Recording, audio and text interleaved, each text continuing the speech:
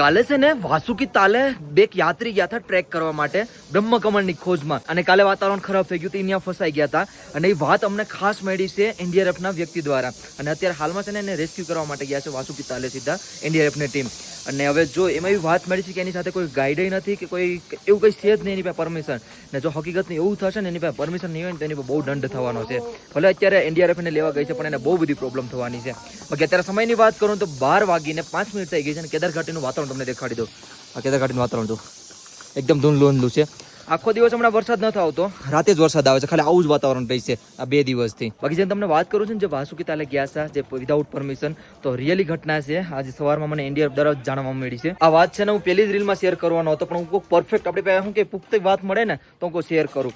જો એ છોકરા પાસે કઈ પરમિશન નહીં હોય ને તો એને લોચા પડી જવાના છે. અને બાકી હું પણ આપણા કોઈ ફેમિલી આપણે ગુજરાતી આવતા હોય તો એના માટે સ્પેશિયલ કહું છું, તો કોઈ ભાઈ આવતા હોય ને તો વિધાઉટ પરમિશન જાતા નહીં.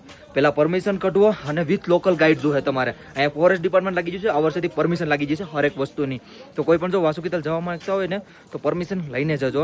એની હું તમને ડિટેલ્સ ક્યારેક આપી દઈએ પરમિશન કેવી રીતે લઈ, અથવા એને કોઈ લોકલ હોય ને તો એની સાથે તમે વાતચીત કરી શકો ને તો તમને પરમિશન મળી જાય. અથવા તમે આપણા કેન્ટીને જ આવી જજો, આપણી પાસે પ્રોફેશનલી ગાઈડ પણ છે, અને એ ખુદે શું કહેવાય પરમિશન લઈને ઉપર જાય છે. તો પ્લીઝ આ વાતનું એક ધ્યાન રાખજો. બાકી વાતાવરણ તો તેનું ખરાબ જ થઈ ગયું છે. જય શ્રી કેદાર, હર હર મહાદેવ.